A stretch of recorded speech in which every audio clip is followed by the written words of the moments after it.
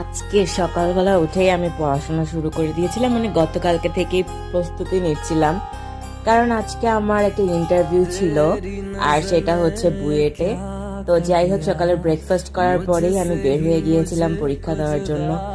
আর আজকে এত রোদ ছিল, এখন বুঝতেছি না অক্টোবর মাস নাকি জানুয়ারি, সরি, অক্টোবর মাস নাকি জুন মাস, এত রোদ। আর কি একটা অদ্ভুত অবস্থা। যাই হোক, তারপর হচ্ছে এক্সাম দিতে গেছিলাম, আর আমার এক্সাম তো ভালো হয় নাই। আজকে ছিল আমার একটা ইন্টারভিউ, তো পড়ে গেছি একটা, আসছে আরেকটা। তো যাই হোক, জীবন নিয়ে প্যারা খাওয়া যাবে না, জীবনে এমনই। আজকে হয়তো বা ভালো দিন, কালকে হয়তো বা ভালো দিন নাও যেতে পারে, নো প্রবলেম। তারপরে বাসায় আসার পর আমি এমন একটা ঘুম দিয়েছি, তার মধ্যে আর কোনো কিছুই আমি করি নাই। আর ঘুম থেকে উঠে কেক দিয়ে পানি দিয়ে ভিজায় ভিজায় খাচ্ছিলাম। তো this is for today, thank you so much for watching. দেখা হবে নতুন ভিডিও।